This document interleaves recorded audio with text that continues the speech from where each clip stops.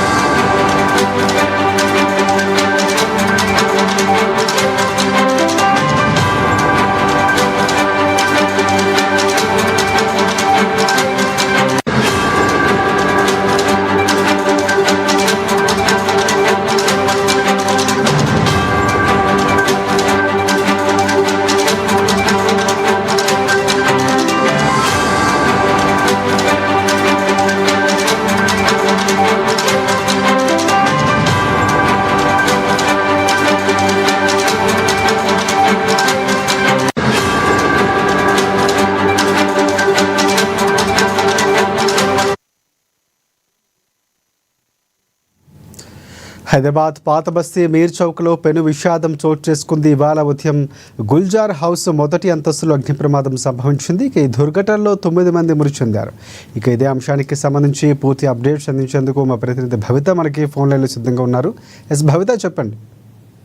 Right Rajasekhar, ఈరోజు తెల్లవారుజామున చార్మినార్ ప్రాంతంలో ఉన్నటువంటి గుల్జరీ హౌస్ లో ఒక భారీ అగ్ని ప్రమాదం జరిగింది. ప్రమాదం చిన్నదైనప్పటికీ కూడా తీవ్రమైనటువంటి నష్టం జరిగిందని మనం చెప్పుకోవాలి. దాదాపు ఒకే బిల్డింగ్ లో మొదటి అంతస్తులో ఈ ప్రమాదం చోటు చేసుకుంది. కింద ఒక గోల్డ్ జ్యువెలరీ షాప్ ఉంటుంది. ఆ షాప్ సంబంధించిన ఓనర్ అందులో ఆ షాప్ లో పనిచేసిన వ్యక్తులందరూ కూడా అదే బిల్డింగ్ లో పనిచేస్తున్నారు. అయితే దీనికి సంబంధించి ఈరోజు ఉదయం తెల్లవారుజామున ఈ ప్రమాదం చోటు చేసుకుంది. అయితే ప్రమాదం చోటు చేసుకోవాల్సిన కారణాలు మాత్రం ఇంకా తెలియాల్సి ఉంది. ఒకవైపు ఏసీ కంప్రెసర్ పేలిందా అనే అనుమానం ఒకవైపు వస్తుంటే, షార్ట్ సర్క్యూట్ జరిగిందా అనేది మాత్రం ఇంకొక కోణంలో ఆలోచిస్తున్న సందర్భం మీద కనబడుతుంది. అయితే మొత్తానికి ప్రమాదం జరిగినటువంటి వెంటనే ఎవరు స్పందించరు. ఉదయం తెల్లవారుజామున కావడంతో అందరూ నిరమత్తులో ఉండడం, కొంత ప్రమాద తీవ్రతకి ఎక్కువ జరిగిందని మనం చెప్పుకోవచ్చు. అయితే ప్రమాదం జరిగిన వెంటనే ఎవరు స్పందించకపోవడము, స్పందించిన వెంటనే కావాల్సినటువంటి సిబ్బంది అందుబాటులో లేకపోవడం, ఫైర్ సిబ్బంది కావచ్చు, సిబ్బంది అందుబాటులో లేకపోవడంతో మరింత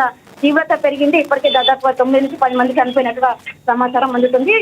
అక్కడ గాయపడినటువంటి వాళ్ళందరినీ కూడా ఇప్పటికే దాదాపు 4 హాస్పిటల్ చేసినట్టు తెలుస్తుంది. ఇటు హైదర్గూడ ఉన్నటువంటి అపోలో హాస్పిటల్ కావచ్చు, ఇంకా డిఆర్డిఓ అపోలో హాస్పిటల్ తో పాటు మలక్పేట యశోద హాస్పిటల్ తో పాటు ఉస్మానియా హాస్పిటల్ కూడా క్షతగాత్రులు ఉన్నట్టుగా తెలుస్తుంది. దాదాపు మలక్పేట యశోద హాస్పిటల్ జాయిన్ అయినటువంటి దాదాపు 8 మంది కూడా చెందినట్టుగా తెలుస్తుంది. కొంతమంది ఉస్మానియా హాస్పిటల్లో ఉన్నటువంటి చేసినటువంటి వాళ్ళని కూడా మృతి చెందినట్టు కొంతమంది సమాచారం అందుతుంది. మిగతా వాళ్ళందరికీ కూడా ఇప్పటికైతే ట్రీట్మెంట్ అందిస్తున్నారు. పూర్తి స్థాయిలో మంటలైతే అదుపులోకి రాలేదు.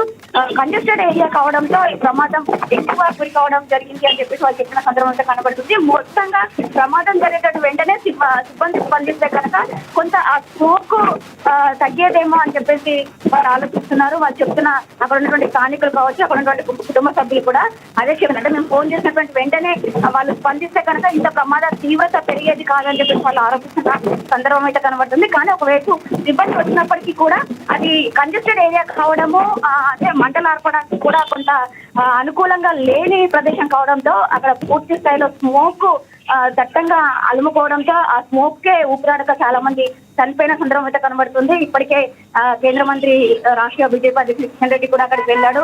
ప్రమాద తీవ్రతను తెలుసుకున్నాడు. ఎలా ప్రమాదం జరిగిన కూడా ఆరా తీశారు. అక్కడ ఉన్నటువంటి వాళ్ళ స్థానికులతో మాట్లాడారు. వాళ్ళు కూడా మీడియాతో మాట్లాడారు. ఇది రాజకీయంగా మాట్లాడాల్సిన అంశం కాదు, అందరూ దీనిపైన కొంత విచారం వ్యక్తం చేస్తున్నటువంటి అంశము. తీవ్రత అంటే ప్రమాదం చిన్నదవన మాత్రం నష్టం పెద్ద ఎత్తున జరిగింది. దాదాపు ఇప్పటికే 9 మంది చనిపోవడం చాలా బాధాకరము. వాళ్ళందరికీ మేము అండగా ఉంటాము. కేంద్రం కూడా వాళ్ళకి సపోర్ట్ చేస్తుంది. క్షతగాత్రులను కూడా ఆదుకుంటాము. మా సిబ్బంది అంతా కూడా అక్కడికి పంపించి పూర్తి స్థాయిలో వైద్య సేవలు కూడా అందించే విధంగా మేము చర్యలు తీసుకుంటామని చెప్పారు. కానీ హైదరాబాద్ అభివృద్ధి చెందినటువంటి నగరము అప్డేటెడ్ టెక్నాలజీ ఉపయోగించుకోవాలి. ఏదైతే ప్రమాదకు సంబంధించి ఫైర్ సేఫ్టీ సిబ్బంది కావచ్చు, ఎలక్ట్రిసిటీ సిబ్బంది కావచ్చు, పోలీసు విభాగం కావచ్చు, ప్రతి ఒక్కరు అలర్ట్ గా ఉండాలి. ఎప్పటికప్పుడు ఇలాంటి చర్యలను అరికట్టే విధంగా వాళ్ళు చర్యలు తీసుకోవాలి అని చెప్పేసి వాళ్ళు చెప్పిన సందర్భం కనబడుతుంది. కొద్దిసేపటి హైదరాబాద్ ఇన్ఛార్జ్ పొన్నం ప్రభాకర్ కూడా వెళ్లారు. ఇప్పటికే అక్కడ జరిగే పరిస్థితిని ముఖ్యమంత్రి కూడా ఆరా చేశారు. ఉన్నటువంటి వాళ్ళందరికీ కుటుంబ సభ్యులు కూడా మేము అండగా ఉంటామని చెప్పేసి భరోసా ఇచ్చారు. ఇప్పటికమే పొన్నం ప్రభాకర్ అక్కడికి వెళ్ళారు. రైట్ భవిత, అక్కడ అంటే ఫైర్ సేఫ్టీ కానీ లేకపోతే ఎగ్జిట్ ఒకవేళ జరిగితే అత్యవసర ఎగ్జిట్స్ ఉంటాయి, అలాంటి ఏమైనా అక్కడ ఉన్నటువంటి పరిస్థితి కనిపిస్తుందా? అవి లేకపోవడం వల్లే ప్రమాదం ఏమైనా జరిగిందా? అవును, ఎందుకంటే అది చాలా కంజెస్టెడ్ ఏరియా. ఎక్కడ చూసినా కూడా దాదాపు 30 గజాలు 50 గజాలలో, అంటే వట్టలో ఉన్నటువంటి గజాలలో ఇల్లులు ఎక్కువగా ఉంటాయి. ఒకదానికి ఒకటి మధ్య కూడా గ్యాప్ పెద్దగా ఉండకపోవడము, ఉన్నటువంటి దాంట్లో కూడా ఒక్కొక్కటి 2-3 ఫ్లోర్ల పైన ఉండడము, ఇదంతా కూడా ప్రమాద తీవ్రతలు పెంచిందని చెప్పుకోవాలి. లోపలికి సిబ్బంది వెళ్ళడానికి కూడా అవకాశం లేకపోతే గోడలను బద్దలు కొట్టి లోపల ఉన్నటువంటి వాళ్ళని ఇరుక్కుపోయినటువంటి వాళ్ళను బయటకు తీసుకొచ్చే ప్రయత్నం వాళ్ళు చేస్తున్నారు. ఎక్కడ కూడా అలాంటి ఎగ్జిట్ లేకపోవడము, కొంచెం స్పేషియస్ లో ఉంటే కనుక కొంచెం ప్రమాద తీవ్రత తగ్గేది. ఎందుకంటే ఫైర్ సిబ్బంది వెళ్ళడానికి, మంటలు ఆర్పడానికి కూడా ఎక్కువ అవకాశం ఉండేది. అలాంటి అవకాశం లేకపోవడం వల్లనే ఈ ప్రమాద తీవ్రత పెరిగిందని చెప్పేసి ఇప్పటికీ అక్కడ అధికారులు కావచ్చు, అక్కడికి వెళ్ళినటువంటి చెప్తున్నారు. మనకు కూడా అదే సిచ్యువేషన్ కనబడుతుంది. అయితే మొత్తానికి షార్ట్ సర్క్యూట్ వల్ల ఈ ప్రమాదం జరిగిందా, లేదంటే ఏసీ కంప్రెసర్ పేలి ప్రమాదం జరిగిందా, ఎందుకు ఈ ప్రమాదం జరిగిందా మాత్రం పూర్తి స్థాయిలో మనకి తెలియాల్సింది ఉంది. మొన్న 2 రోజుల క్రితం కూడా సేమ్ ఇలాంటి సిచ్యువేషన్ ఎదురైంది. అదే ప్రాంతంలో అఫ్జల్గంజ్ ప్రాంతంలో ఉన్నటువంటి 3 అంతస్తుల భవనంలో సేమ్ ఇలాంటి మంటలు వ్యాపించడం, కానీ అక్కడ కొంచెం స్పేషియస్ గా ఉండడంతో వెంటనే అంటే అప్రమత్తం అయ్యారు. అంటే దాదాపు 8-9 రోజుల ప్రాంతంలోనే ఆ ప్రమాదం జరగడంతో దాదాపు అప్పటికి అందరూ మెలుగుతూ ఉంటారు కాబట్టి ఎక్కువ వరకు అంటే ఎవరు మృత్యువాత పడేంత వరకు కూడా సిచ్యువేషన్ రాలేదు. వెంటనే అక్కడ ఉన్నటువంటి పోలీసులు కావచ్చు ఆదుకున్నటువంటి పరిస్థితి ఏర్పడింది సైనికులు కావచ్చు. ఇది ఉదయం తెల్లవారుజామున కావడం, అందరూ అదే టైంలో ఎక్కువ నిద్రమత్తులో ఉండడం కూడా కొంత ప్రమాద తీవ్రతకి గురి అయింది. అంతేకాకుండా అంటే వాళ్ళు కాల్ చేసిన వెంటనే సిబ్బంది అలర్ట్ అయినప్పటికీ కూడా అక్కడ మంటలు ఆర్పే సిచ్యువేషన్ కి అనుకూలించని పరిస్థితులే ఈ ప్రమాద తీవ్రతను పెంచినాయని చెప్పేసి ఇప్పటికే దాదాపు 9 మంది నుంచి 10 మంది వరకు మృతి చెందినట్టుగా మనకు సమాచారం అందుతుంది. అందులో 3 మహిళలు 3 పురుషులు ఉండగా మిగతా వాళ్ళందరూ కూడా చిన్నారులు అంటే పిల్లలుగా గుర్తిస్తున్నారు. మా చిన్న పురుషులందరూ కూడా దాదాపు 50 ఏళ్ళ పైన ఉన్నటువంటి వాళ్ళుగా చెప్తున్నారు. రైట్. ఇంకోటి భవిత ప్రధానంగా అంటే 17కు మృతుల సంఖ్య ఉన్నట్టు కూడా మనకి సమాచారం అవుతుంది. ప్రధానంగా అంటే సంఖ్య పెరిగే అవకాశం కనిపిస్తుందా? అంటే వరుస ఘటనలు జరుగుతున్నాయి, దీనికి సంబంధించి ఏమైనా కావాలని కొందరు చేసే అవకాశం ఉందా? పోలీసులు ఆ కోణంలో దర్యాప్తు చేసే అవకాశం ఉందా? ఖచ్చితంగా. ఎందుకంటే ఆ ప్రమాదంలో చోటు చేసినటువంటి ప్రమాదం ఉన్నటువంటి స్థలంలో కేవలం చిన్న ఒకే రూమ్ లో 30 మందికి పైగా ఉంటున్నారని చెప్పి చెప్తున్న సందర్భం కనబడుతుంది. అయితే ఎక్కువగా స్మోక్ తోనే ఈ ప్రమాదం జరిగింది. వృద్ధులు మనం చూసినట్లయితే 50 ఏళ్ల పైనటువంటి వాళ్ళే మృతి చెందినట్టుగా తెలుస్తుంది. అందులో చిన్న పిల్లలు ఆ స్మోక్ వల్లనే వాళ్ళ ఊపిరాడగా ప్రమాదానికి గురైనట్టుగా ఇప్పటికే ఉన్నటువంటి వాళ్ళు చెప్తున్నారు. అయితే మిగతా వాళ్ళని రక్షించినప్పటికీ కూడా పూర్తి స్థాయిలో వాళ్ళు కోలుకుంటారా అని మాత్రం కొంత తెలియాల్సిన పరిస్థితి ఉంది. ఎందుకంటే వాళ్ళ పరిస్థితి కూడా విషమంగా ఉందని చెప్తున్న నేపథ్యంలో ఇంకా మృతుల సంఖ్య పెరిగే అవకాశం ఉందని చెప్పేసి మనకు సమాచారం అందుతుంది. మొత్తానికి అక్కడ ఉన్నటువంటి వాళ్ళని మాత్రం రక్షించే ప్రయత్నం అయితే ఒకవైపు అక్కడ ఉన్నటువంటి సిబ్బంది చేసినట్టుగా తెలుస్తుంది. రైట్. ఫైనల్గా అంటే ముఖ్యమంత్రి కూడా స్పందించారు. కిషన్ రెడ్డి అక్కడికి వెళ్ళారు. అక్కడ ఉన్నటువంటి ఎంఐఎం పార్టీకి సంబంధించిన నేత కూడా వెళ్ళేటువంటి పరిస్థితి కనిపిస్తుంది. సో ప్రభుత్వం అక్కడ వాళ్ళు ఏం చెప్తున్నారు అంటే అధికారులకు ఏమైనా సూచనలు చేశారా? ఖచ్చితంగా. అంటే ఒకవైపు కిషన్ రెడ్డి వెళ్ళారు. అభివృద్ధి చెందుతున్న నగరంగా మనం హైదరాబాద్ పరిగణిస్తాము, కానీ దానికి సంబంధించిన ఎక్విప్మెంట్ పూర్తి స్థాయిలో మనము ఫుల్ఫిల్ చేసుకోలేకపోతున్నాము అని చెప్పేసి వాళ్ళు చెప్తున్నారు. ఎందుకంటే ప్రమాదం జరిగింది. ఒకవైపు ఇక్కడ ఉన్నటువంటి స్థానికులు కావచ్చు, కుటుంబ సభ్యులు మేము కాల్ చేసినటువంటి వెంటనే మమ్మల్ని ఆదుకోలేకపోయారు అని చెప్పేసి వాళ్ళు ఒక సైడ్ కంప్లైంట్ చేస్తున్నప్పటికీ కూడా వచ్చినాక కూడా ఆదుకోవడానికి అంటే వాళ్ళు ఏదైతే అంటే ఫైర్ సిబ్బంది వాళ్ళు చేసేటువంటి చర్యలకు కొంత ఆటంకాలు ఎదురైన సందర్భం కనబడుతుంది. ఈ నేపథ్యంలోనే అప్డేటెడ్ టెక్నాలజీ, అప్డేటెడ్ ఎక్విప్మెంట్, పూర్తి స్థాయిలో వాళ్ళకి ట్రైనింగ్ ఇవ్వడం ఇవన్నీ కూడా మనం సమకూర్చుకోవాలి అని చెప్పేసి ఒకవైపు ప్రభుత్వానికి విజ్ఞప్తి చేస్తున్నా. అంటే రాజకీయంగా మాట్లాడే అంశం కాకపోయినప్పటికీ నేను ఒకవైపు ప్రభుత్వానికి విజ్ఞప్తి చేస్తున్నా. హైదరాబాద్ నలుమూలల నుంచి ఎంతో మంది హైదరాబాద్ కు ప్రతిరోజు ప్రయాణిస్తుంటారు. ఎన్నో రకాల అభివృద్ధికి సంబంధించినటువంటి అంటే బిజినెస్ లకు సంబంధించినటువంటి వాటి కోసం కూడా హైదరాబాద్ కు వస్తుంటారు. కాబట్టి ఇలాంటి సంఘటనలు జరగకుండా ఉండాలంటే మనం ఎంతో కొంత అప్డేటెడ్ టెక్నాలజీని యూజ్ చేసుకోవాలి. దానికి అనుగుణంగా ట్రైనింగ్ కూడా ఎప్పటికప్పుడు శిక్షణ